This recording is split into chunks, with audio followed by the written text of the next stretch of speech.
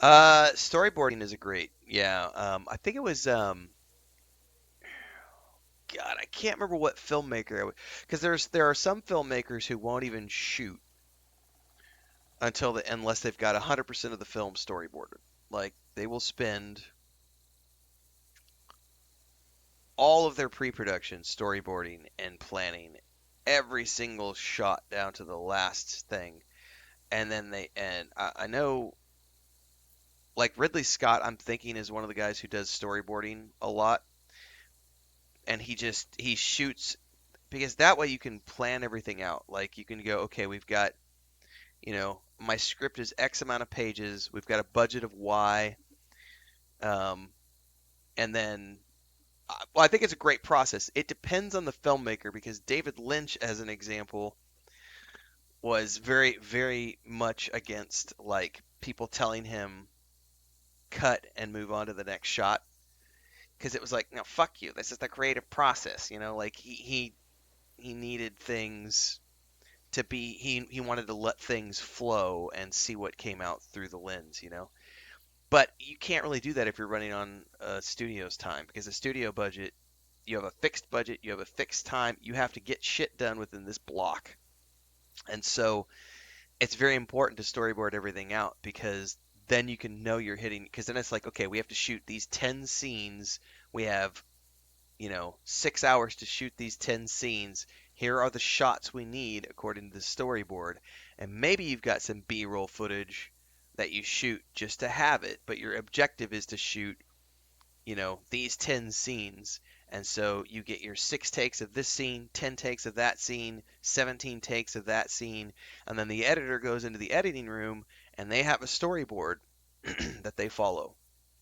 Now, this is we're talking the editing process. If you're the director who's also editing the film, maybe it's a little different because some filmmakers don't necessarily work with the storyboards. But if there's one director who's not the editor literally is going off of the shooting sequence and the editing storyboards. It's like there's a specific order to all the shots that they have to go into to make the final cut of the film. It's a very detailed process. And I will say this from my own perspective, I'm not a professional filmmaker, but I've done a lot of videography for travel over the years. And when I was first getting going with a camera, I would shoot fucking everything. And I would come back at the end of the day with like however much battery I could shoot for. And so I'd come back into the house with like 7 hours of raw footage. And I'm like, yeah, I got 7 hours of raw footage. But then going back through that 7 hours of raw footage to try to find 7 minutes of usable footage. And then over time, I very much learned, oh, no, no, no, we're not shooting 7 hours of footage. I need a pan shot. I need a zoom shot. I need a pull away shot. I need a pan up, a pan down, a pan left, a pan right. We need a focus shot with the foreground. We need a focus shot with the background. I need like the shot process in my head got refined because I was spending so much time in the editing software that it was like I've got to reduce my man hours. This is taking me way too long to produce. And so then it just becomes, and I'm assuming I've never made a film, but having watched a lot of stuff with like Ridley Scott and those guys who have talked about, after they've been doing it for 20, 30 years, you learn I need these 10 shots to create that sequence. I need these 15 shots to create that sequence. I'm going to use this lighting, those lenses to achieve that, and it's like that's the production side of filmmaking. I think Tom Cruise has been talking about this a lot in interviews in the press for the Mission Impossible film recently. Um, he's been talking about the importance of actors learning filmmaking, learning lenses, learning lighting, and he was lamenting how film school doesn't teach any of this shit to actors. And a lot of actors come into it because they just want to get rich and famous. But he's like, there is an artistry to knowing how lighting works and how the lenses work and how you can create a shot um, with the foreground, and then there's the mood that you can get with lighting. Um, there's he's a Mexican director, Alfonso. I forget his last name. I think Leonardo DiCaprio did that movie with him with the bear, where they're off in the with him and they're off in like the middle of the frozen wastelands. Is it Alfonso? Alfondra? I can't remember his name now. But that was shot with like entirely natural light. So they had to plan everything. Everything had to be planned around nature and the natural light cycle. And so you not only are you storyboarding at that point, but you're also filming at a very specific season. The Revenant, thank you. Yeah, you're filming in a very specific season where you only have a limited number of daylight hours per day. You have to get the shots that you need within that limited window because you're not in a studio setting. That's also why those things cost millions of dollars to produce, Kenny. And that's one of those things where it's like, I think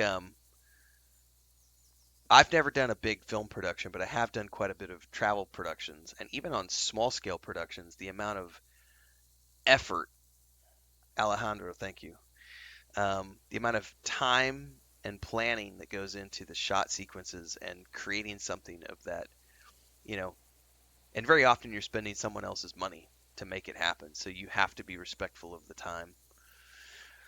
Uh, right, JP. And the one of the things I like about having a draft version is if I put let's say that only 60% of what I put into draft one makes it into the final draft. I've got 40% of shit that got left on the editing floor that I can recycle and reuse for other projects. Because maybe there's a side character that gets taken out, but that side character can become a main character, or that side character can become another character in another project. Or you have scenes that don't work here, but you can take those scenes and rework them for another project.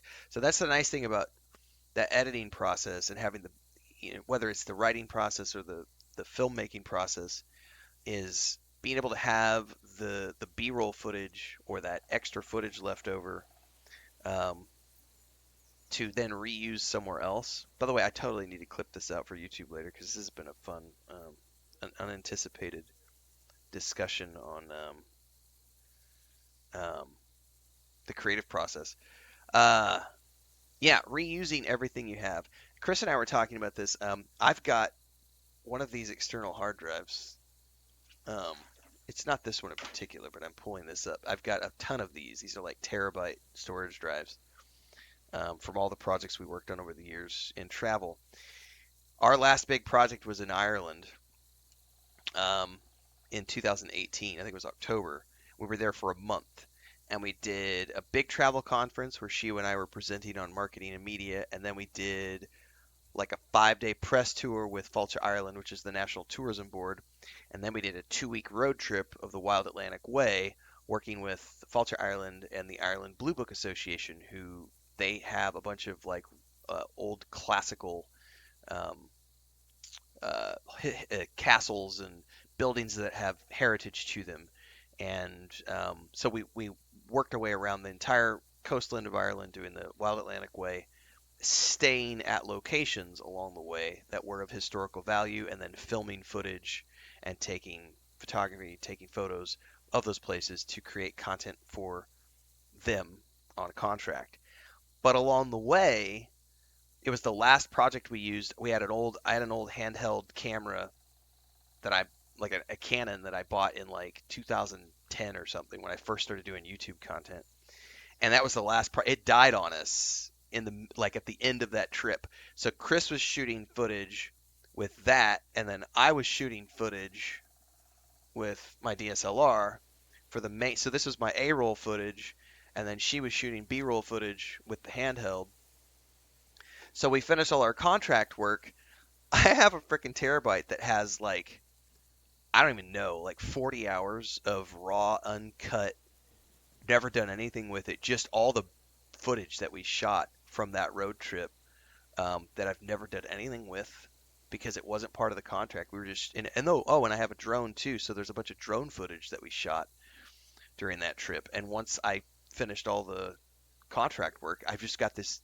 There's something like 800 gigs of video files that I've never done anything with, and it's just sitting there. And it's like, well, one day I might produce something out of that, but it's also like, it's so much content to go through that it just sits there.